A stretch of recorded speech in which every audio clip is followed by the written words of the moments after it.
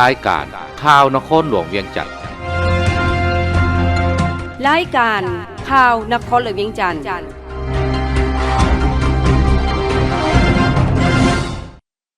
สบายดีท่านผู้ฟังที่เคารพที่นี่สถานีวิทยุกระจายเสียงนครหลวงเวียงจันทน์รายการข่าวนครหลวงเวียงจันทน์ประจำวันพุธวันที่7พฤษภาคม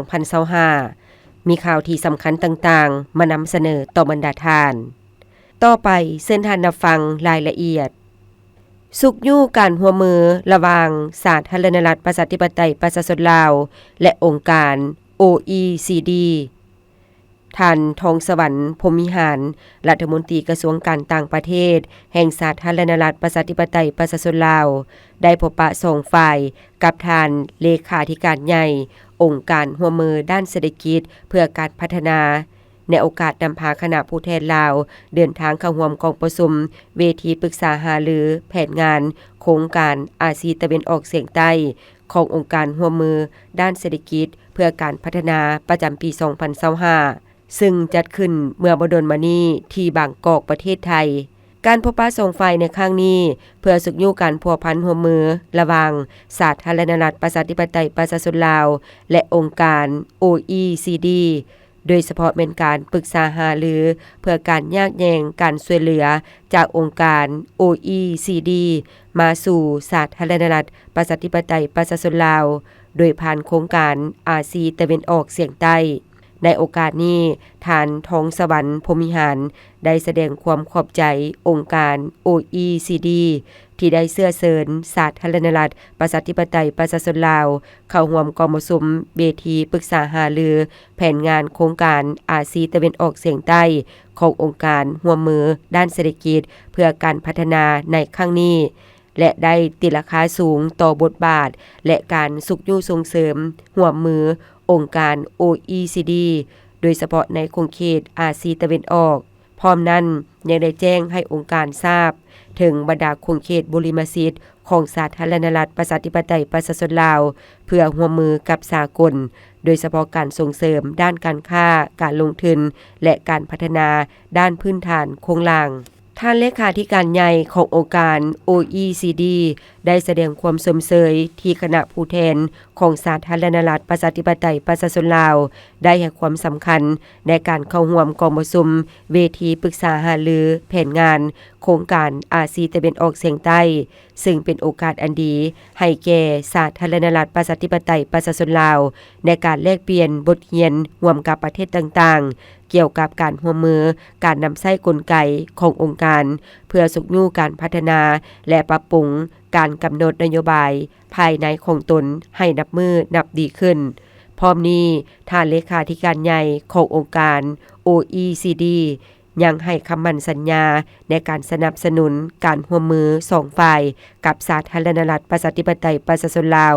และได้เสนอให้ภาคส่วนเกี่ยวข้องของ2ฝ่ายสืบต่อพบปะกันเพื่อปรึกษาหารือในรายละเอียดเพื่อหัดแน่นและเสริมขยายการร่วมมือระหว่างสาธารณรัฐประชาธิปไตยประชาชนลาวกับองค์การ OECD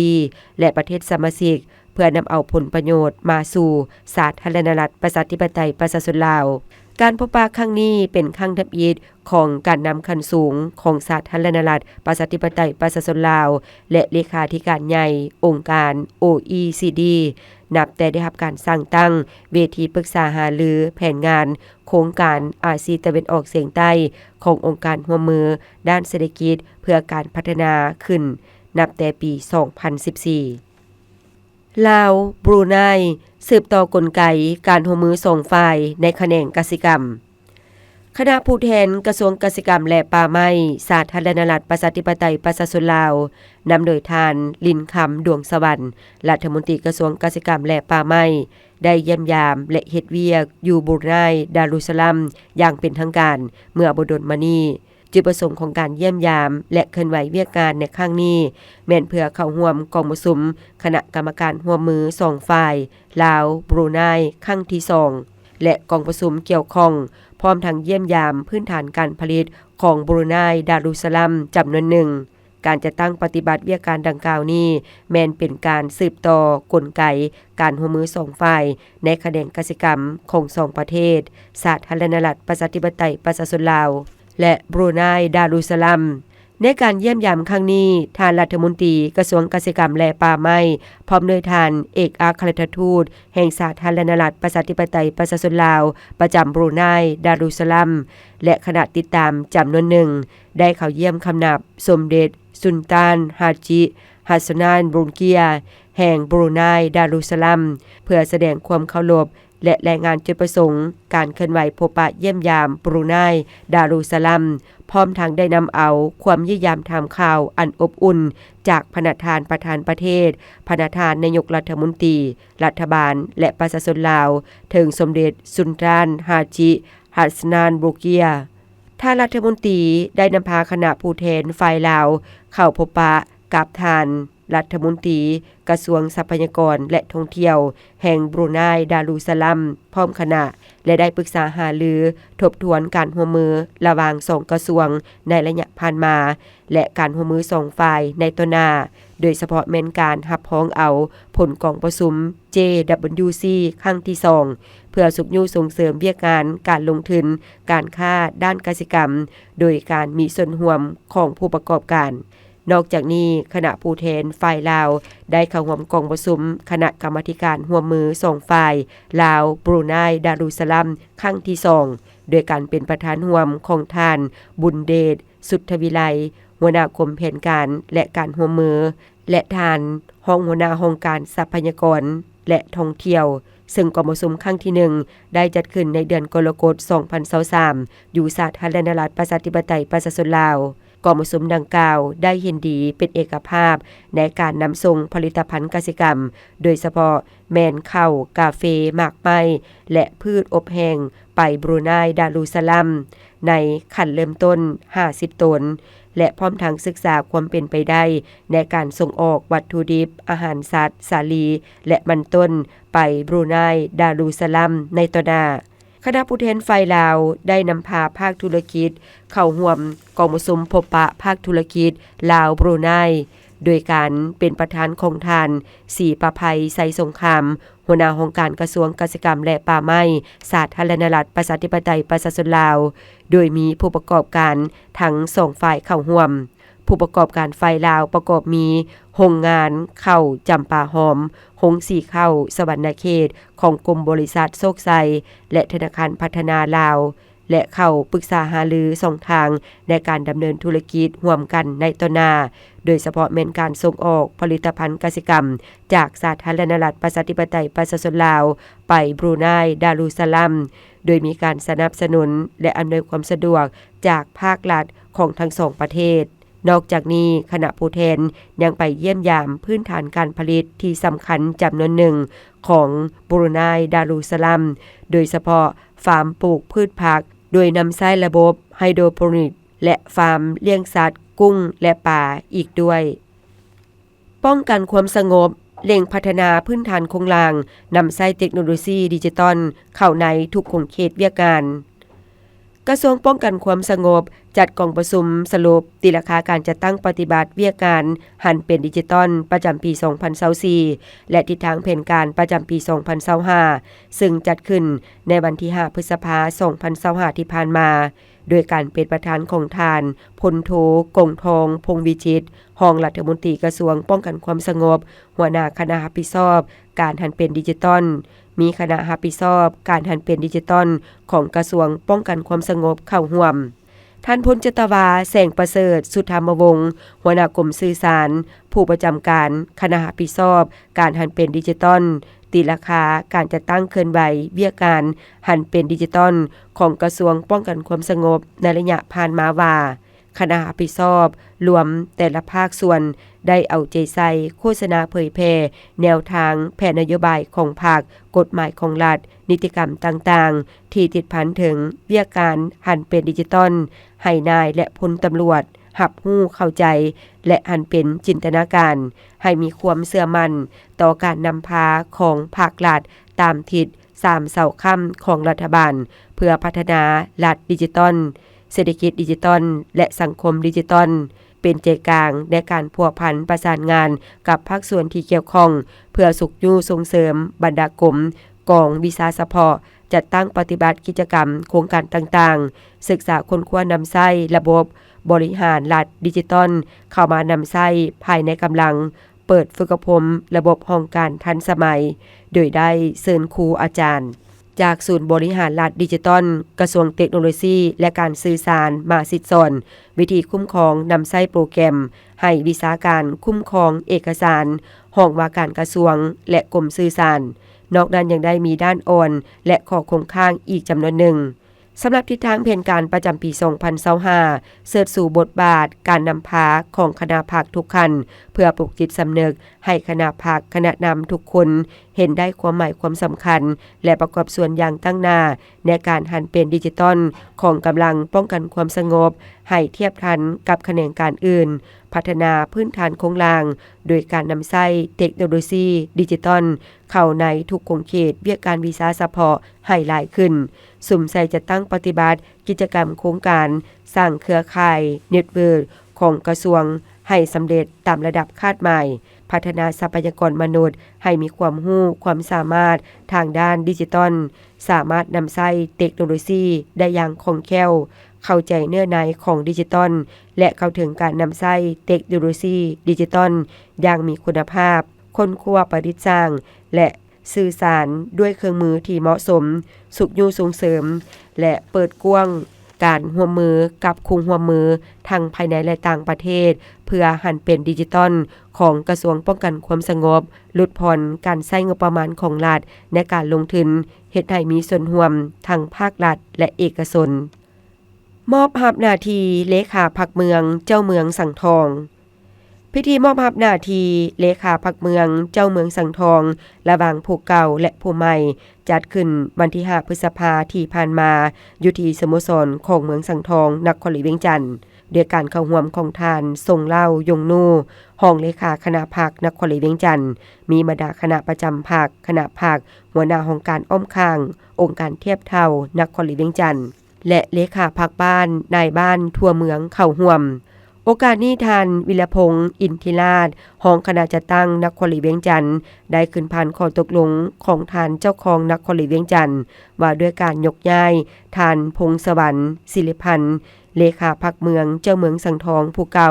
ไปประจำการอยู่โรงเรียนการเมืองและการปกครองนครหลวงเวียงจันทน์มาติตกลงของคณะประจำพรรคนครหลวงเวียงจันทน์ว่าด้วยการแต่งตั้งทานคำสวยอุนดาลาห้องเลขาพรรคเมืองเป็นรักษาการเลขาคณะพรรคเมืองสังทองผู้ใหม่และขอตกลงเจ้าของนครหลวงเวียงจันทน์ว่าด้วยการแต่งตั้งทานสังวรพิมพ์สอนกรรมการประจำพรรคเมืองห้องเจ้าเมืองสังทองเป็นรักษาการเจ้าเมืองสังทองผู้ใหม่นครหลวงสุ่มใส่เฝ้าระวังบ่ให้เกิดการระบาดพยาธิไข้เลือดดำในสัตว์เลี้ยงปัจจุบันพยาธิไข้เลือดดำกำลังระบาดอยู่ประเทศใกล้เคียงของสาธารณรัฐประชาธิปไตยประชาชนลาวซึ่งพยาธิดังกล่าวเป็นพยาธิติดเป็ดให้แห้งชนิดหนึ่งที่เกิดกับสัตว์เลี้ยงลูกด้วยนมเส้นงัวควายหมูแบะและอื่นๆซึ่งเฮ็ดให้สัตว์เลี้ยงตายจำนวนหลายดังนั้นเพื่อการเตรียมความพร้อมรับมือและเพื่อเป็นการเฝ้าระวังป้องกันและสกัดกั้นพยาธิไข้เลือดดำบ่ให้แพร่ลามเข้ามาสาธารณรัฐประชาธิปไตยประชาชนลาวก็คือนครหลวงเวียงจันทน์ท่านแสงเพชรจันทเสนหัวหน้าแขนงเลี้ยงสัตว์และการประมงแผนกเกษตรกรรมและป่าไม้นครหลวงเวียงจันทน์ได้สัมภาษณ์ต่อทีมข่าวของพวกเขาว่าเล็งใส่เรื่องการเฝ้าระวังนี่เป็นหลักเพื่อป้องกันบ่ให้มันระบาดหรือว่าบ่ให้มันแพร่ลามเข้ามาน่ะเนาะโดยเฉพาะแม่นพวกเฮาที่สุ่มใจเรื่องการเคลื่อนย้ายสัตว์เข้านครหลวงเวียงจันทน์นี้เพราะว่าอยู่นครหลวงเวียงจันทน์นี้ยังได้นำสัตว์เข้ามาทางภาคใต้ก็โดยเฉพาะก็แม่นอยู่ในเขตใกล้การระบาดนั่นแหละเนาะเพราะฉะนั้นจึงพวกเฮาตัวนี้พวกเฮานี่แม่นเอาใจใส่ที่สุดเลยเนาะและอันที่2มาแล้วพวกเฮาก็ได้สุ่มใจในการลงติดตามการเลี้ยงสัตว์ของประชาชนนั้นโดยเฉพาะมันอยู่เมืองที่มีการเลี้ยงสัตว์ใหญ่หลายเนาะเมืองนาจิตทองเมืองปากงืมเมืองสังทองเนาะเป็นต้นเนาะอันนั้นก็เป็นเวียกหนึ่งที่พวกเฮาก็ต้องได้สุ่มใจคือกันเนาะแล้วอันที่3มานี้เนาะแม่นพวกเฮานี่แม่นได้เข้มงวดอีดีอันนี้เนาะโดยเฉพาะแม่น สัตว์ที่จะเอาเข้าฆ่าอยู่ในโรงฆ่าสัตว์หันพวกเฮาต้องได้กวดก่อนการฆ่านี้แม่นให้มีความปลอดภัยที่สุดเนาะแก่ผู้บริโภคเพื่อพวกเฮาที่เฮ็ดให้ผู้บริโภคกันเชื่อมั่นได้จังได๋ว่าสิ่งอยู่ในตลาดนี้มันสิมีความปลอดภัยหันแม่นจัดก่อนเข้างานฆ่าสัตว์นี้แม่นพวกเฮาเข้มงวดที่สุดกวดกาละเอียดที่สุดเลยฮอดแรงที่มาของสัตว์มาแต่ใส่เนาะเบิ่งอาการของสัตว์อย่างแล้วพวกเฮาจังที่อนุญาตให้เข้าฆ่าหลังจากฆ่าแล้วพวกเฮายังกวดเรื่องชิ้นส่วนสัตว์ซากสัตว์อีกละเอียดอีกว่ามีจุดบ่ใดมีห้องห้อยบ่ใดมันหยังแดเนาะแต่ถ้าว่าพบห้องห้อยมันหยังพวกเฮาก็ติเด็ดขาดเลยบ่ให้ออกจำหน่ายมีแต่ทำลายทิ่มอย่างเดียว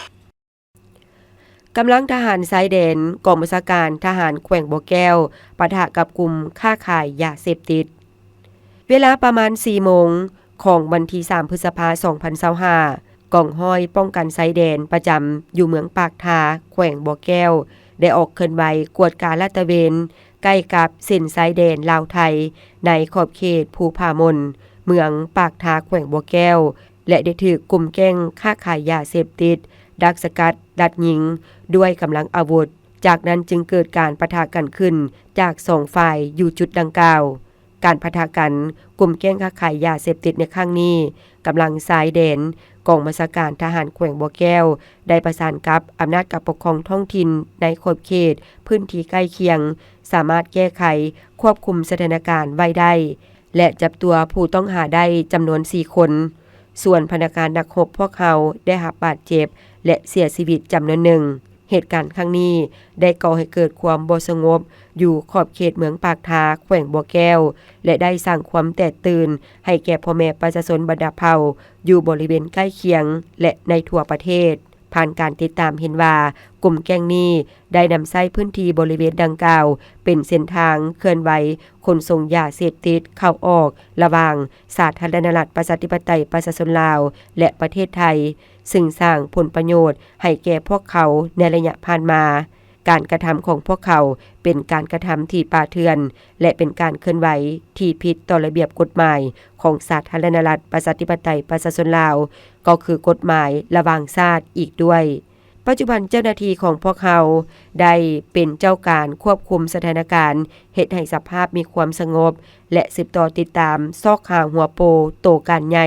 ของขบวนค้าขายยาเสพติดกลุ่มดังกล่าวเพื่อนำมาลงโทษและดำเนินคดีตามขบวนการยุติธรรมของสาธารณรัฐประชาธิปไตยประชาชนลาวอย่างเข้มงวดและเด็ดขาดพร้อมกันนี้จึงเรียกร้องมายังพนักงานรัฐกรทหารตำรวจและพ่อแม่ประชาชนบรรดาเผ่าจงรับรู้เข้าใจให้การร่วมมือกับเจ้าหน้าที่เพื่อตอบต้านการเคลื่อนไหวและทำลายกลุ่มแก๊งดังกล่าวให้ดับสูญไปขอให้ประชาชนทุกชั้นคนในสังคมจงมีสติในการบริโภคข้อมูลข่าวสารต่างๆเป็นต้นข่าวที่บ่สร้างสรรค์และบ่มีมูลความจริงจากสื่อสังคมออนไลน์ควรติดตามข่าวที่เป็นทางการจากบรรดาสื่อควรติดตามข่าวที่เป็นทางการจากบรรดาสื่อของกองทัพประชาชนลาวสื่อของกำลังป้องกันความสงบและสำนักข่าวทางการของรัฐบาลสาธารณรัฐประชาธิปไตยประชาชนลาวเพื่อหลีกเลี่ยงความเข้าใจผิดสร้างการแตกแยกความสามัคคีและรักษาสายพัวพันธุ์อันดีงามระหว่างประชาชนสองชาติลาวและไทยที่มีมาแต่ดนนานให้มันคงตลอดไปสมอบี้ให้บริการเก็บเมียนขนส่งขี้เหงื่อในนครหลวงเวียงจันทน์เกือบ190บ้านบริษัทสมอบี้ได้ร่วมมือสัญญาพัฒนาตัวเมืองกับรัฐบาลภายใต้แขนงการที่มีชื่อว่าโครงการคุ้มครองและบริการตัวเมืองเวียงจันทน์ท่านนางดีน่าสมสมุทรหัวหน้าสายงานวิทยาการตลาดบริษัทสมอบี้ที่ปรึกษาด้านการลงทุนจำกัดได้ให้ฮู้เมื่อบ่ดนนี้ว่าบริษัทสมอบี้ที่ปรึกษาด้านการลงทุนจำกัดหรือเอิ้นชื่อย่อว่าบริษัทสมอบี้เป็นหนึ่งบริษัทเอกชนตั้งอยู่ถนนกำแพงเมืองบ้านพลทันใต้เมืองไสเศรษฐานครหลวงเวียงจันทน์ได้สร้างตั้งขึ้นในปี 2022 ดำเนินภายใต้โครงการร่วมมือพัฒนาบริหารจัดการเก็บเมียนขนส่งขี้เหงื่อหลัก 32 บริษัทสมอบี้ได้ร่วมมือสัญญาพัฒนาตัวเมืองกับรัฐบาลภายใต้แขนงการที่มีชื่อว่าโครงการคุ้มครองและบริการตัวเมืองเวียงจันทน์ในวันที่ 9 กันยายน 2021 ปัจจุบันบริษัทสมอบีมีภาระบทบาทในเวียกการเก็บเมียนขี้เหงื่ออยู่นครหลวงเวียงจันทน์นอนอยู่ในแขนงการคุ้มครองขี้เหงื่อประกอบมี190บ้านใน7ตัวเมืองนอกจากเวียกการคุ้มครองขี้เหงื่อยังมีเวียกการอนามัย27เส้นทางหลักพร้อมนั้นเวียกการเก็บเมียนขี้เหงื่อยังมีข้อสะดวกและของยุ่งยากหลายอย่างเป็นต้นข้อสะดวกทางบริษัทสมอบีได้หับรถขนส่งขี้เหงื่อจากรัฐบาลแล้วนำเอามาพัฒนาโดยได้บูรณะซ่อมแปลงและได้นำใช้บริการขนส่งขี้เหงื่อในนครหลวงเวียงจันทน์มาฮอดปัจจุบันข้อยุ่งยากการเก็บเมียนขี้เหงื่อยังมีความลำบากย้อนมีหลายครัวเรือนบ่ทันแยกขี้เหงื่อเป็นระเบียบเรียบร้อยโดยเฉพาะขี้เหงื่ออันตรายขี้เหงื่อเปียกขี้เหงื่อเศษอาหารประเภทน้ำขี้เหงื่อเคมีและอื่นๆในนั้นยังมีบางครอบครัวบ่ทันได้เข้าร่วมสัญญาเก็บเมียนขี้เหงื่อได้ห้อยส่วนห้อยตามสถิติแล้วประเภทสัญญาการเก็บเมียนขี้เหงื่อครัวเรือนแม่นเพิ่มขึ้นในแต่ละปีเฮ็ดให้การเก็บเมียนขี้เหงื่อในปีที่ผ่านมาได้400 ตนต่อมือในขอบเขตบริการ190บ้านใน7ตัวเมืองหรือกวมเอา60ส่วนห้อยในนครหลวงเวียงจันทน์สำหรับราคาพันธะค่าเก็บเมียนขี้เหงื่อแม่นแล้วแต่ครอบครัวที่มีขี้เหงื่อน้อยหลายซึ่งในปี2015ได้เก็บราคาบริการขี้เหงื่อ 10,000 กีบต่อถุงดำใหญ่และปัจจุบันเริ่มต้นเก็บเดือนละ 40,000 กีบตามปริมาณขี้เหงื่อพวกเขามีรถนำใช้เก็บเมียนขี้เหงื่อทั้งหมด46คันมีพนักงานทั้งหมด200กว่าคนโดยมีสนามเขียนทายขี้เหงื่ออยู่บ้านนาไห้เมืองไสเศรษฐานครหลวงเวียงจันทน์และสนามบำบัดขี้เหงื่อหลัก36ท่านางดีดาสมสมุทรได้กล่าวเติมอีกว่าในระยะที่ผ่านมาบริษัทได้มีส่วนร่วมหลายกิจกรรมเช่นออกแข่งงานวันเสาร์แดงปลูกจิตสำนึกในกลุ่มนักเรียนนักศึกษาเพื่อให้มีความรู้ปัญหาการเก็บเมียนขี้เหงื่อสิ่งแวดล้อมให้เขาเจ้าซึ่งในนั้นในงานบุญพระธาตุหลวงแต่ละปีก็จะมีห้องโฆษณาปัญหาการเก็บเมียนขี้เหงื่อสนับสนุนถังขี้เหงื่อและจะสืบต่อกิจกรรมต่างๆไปเรื่อยๆพร้อมกันนั้นครอบครัวที่ยังบ่ทันได้เข้าร่วมสัญญาเก็บเมียนขี้เหงื่อก็สามารถมาพัวพันนำพวกเขาสำคัญยาจูดขี้เหงื่อสะสายหรือลักทิมใส่ดินเป่าบางเพราะจะเฮ็ดให้เบิ่งบ่งามบ่สะอาดยังจะเฮ็ดให้สภาพแวดล้อมบ่ดีต่อคนอ้อมข้างอย่างใดก็ตามถ้าหากประชาชนบ้านใดที่อยู่เขตรับผิดชอบเก็บเมียนขี้เหงื่อของบริษัทสมอบีถ้ามีขี้เหงื่อข้างอยากโทรแจ้งอยากสำระพันธะค่าขี้เหงื่อลงทะเบียนสามารถโทรใส่ด่วน1436หรือ02094442229ปัจจุบันทานยังสามารถสำระค่าขี้เหงื่อผ่านได้3ช่องทางคือธนาคารการค้าต่างประเทศลาวพัฒนาลาวและธนาคารร่วมพัฒนา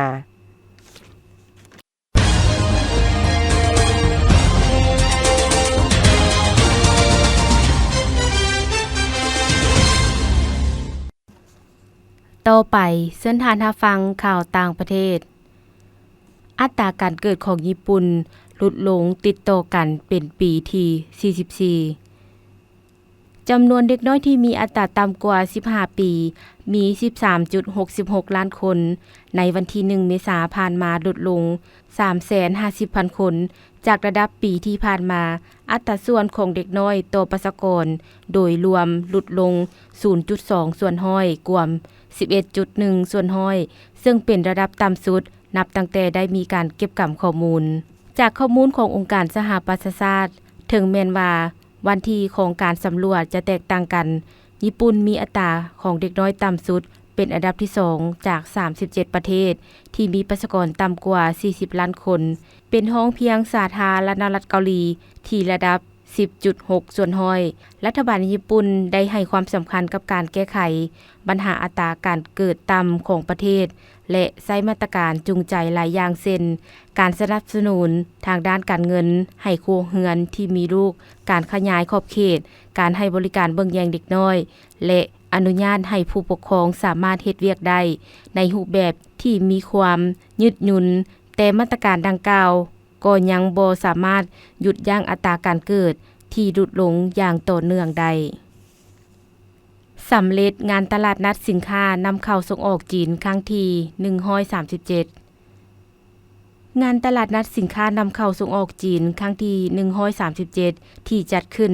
ทางออฟไลน์อยู่นครกวางโจว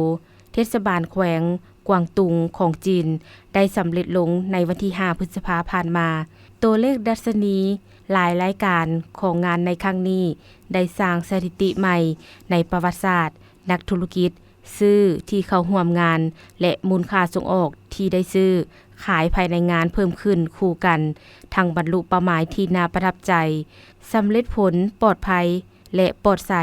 ได้ประกอบส่วนอย่างตั้งหน้าต่อการส่งเสริมการส่งออกและคุณภาพได้ทุ่มเทพลังขับเคลื่อนเข้าในการพัฒนาการค้าโลกนักธุรกิจจัดซื้อต่างประเทศที่เข้ามาร่วมงานในครั้งนี้ได้สร้างสถิติสูงสุดครั้งใหม่นักธุรกิจจัดซื้อต่างประเทศที่ได้เข้ามาร่วมงานในครั้งนี้ได้สร้างสถิติสูงสุดครั้งใหม่นักธุรกิจจัดซื้อจาก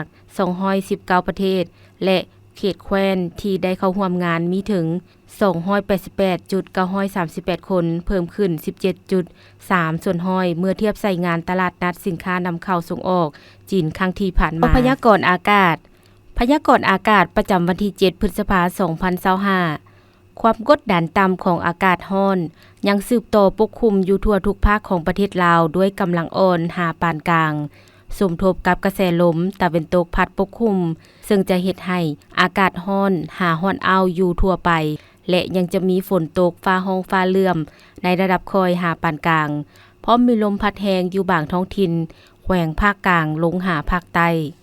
พยากรณ์อากาศแต่เวลา 7 โมงของวันที่7พฤษภาคม2025หาเวลา 7 โมงของวันที่8พฤษภาคม2025ภาคเหนือด้านตะวันออกแขวงพงสาลีเวียงไซซ้ำเหนือเสียงขวางอากาศเย็นในตอนกลางคืนหาตอนเช้าส่วนตอนบ่ายอากาศร้อนและจะมีฝนตกฟ้าห้องฟ้าเลื่อมในระดับคอยอยู่บางท้องถิ่นพร้อมมีลมพัดแรงเป็นบางโอกาสเนื้อที่การปกคลุมของฝนเท่ากับ25ส่วนห้อยของภาคอุณหภูมิในระหว่าง 17-32 องศาภาคเหนือด้านตะวันตกแขวงหลวงน้ำทาบ่อแก้วอุดมไซหลวงพระบางไซยบุรีอากาศร้อนหาร้อนเอาและจะมีฝนตกฟ้าห้องฟ้าเลื่อมในระดับคอยอยู่บางท้องถิ่นพร้อมมีลมพัดแรงเปลี่ยนบางโอกาสเนื้อที่การปกคลุมของฝนเท่ากับ25ส่วนห้อยของภาคอุณหภูมิในระหว่าง20-38 องศานครหลวงเวียงจันทน์อากาศร้อนหาร้อนเอาพร้อมจะมีฝนตกฟ้าห้องฟ้าเลื่อมในระดับคอยอยู่บางบริเวณเนื้อที่การปกคลุมของฝนเท่ากับ30ส่วนห้อยของภาคอุณหภูมิในระหว่าง26-38 องศาภาคกลางแขวงเวียงจันทน์บริคำไซคำมวนสวรรณเขตอากาศร้อนหาร้อนเอาและจะมีฝนตกฟ้าห้องฟ้าเลื่อมในระดับคอยหาปานกลางอยู่บางท้องถิ่นและมีลมพัดแรงเป็นบางโอกาสเนื้อที่การปกคลุมของฝนเท่ากับ50ส่วนห้อยของภาคอุณหภูมิในระหว่าง25-38 องศาแขวงไซสมบูรณ์อากาศเย็นในตอนกลางคืนหาตอนเช้าส่วนตอนบ่ายอากาศร้อนและจะมีฝนตกฟ้าห้องฟ้าเลื่อมในระดับคอยหาปานกลางอยู่บริเวณพร้อมมีลมพัดแรงเป็นบางโอกาสเนื้อที่การปกคลุมของฝนเท่ากับ35ส่วนห้อยของภาคอุณหภูมิในระหว่าง 19-33 องศาภาคใต้แขวงสารวันจำปาสักเซกองอัตตปืออากาศร้อนอยู่ทั่วไปและยังจะมีฝนตกฟ้าห้องฟ้าเลื่อมในระดับคอยหาปานกลางอยู่บางท้องถิ่นพร้อมมีลมพัดแรงเป็นบางโอกาสเนื้อที่การปกคลุมของฝนเท่ากับ50ส่วนห้อยของภาคอุณหภูมิในระหว่าง25-37 องศาสำหรับเขตภูเพียงบริเวณอากาศเย็นในตอนกลางคืนหาตอนเช้าพร้อมจะมีฝนตกฟ้าห้องฟ้าเลื่อมในระดับคอยหาปานกลางอยู่บางบริเวณและมีลมพัดแรงอยู่เป็นบางโอกาสเนื้อที่การปกคลุมของฝนเท่ากับ45ส่วนห้อยของภาคอุณหภูมิในระหว่าง16-27 องศาท่านผู้ฟังที่เคารพรายการข่าวนครหลวงเวียงจันทน์สำหรับภาคนี้ได้แสงสุดลงเพียงเท่านี้เพชรสมรดวงวิไลพร้อมด้วยแสงคำจันทวงศ์อ่านสบายดี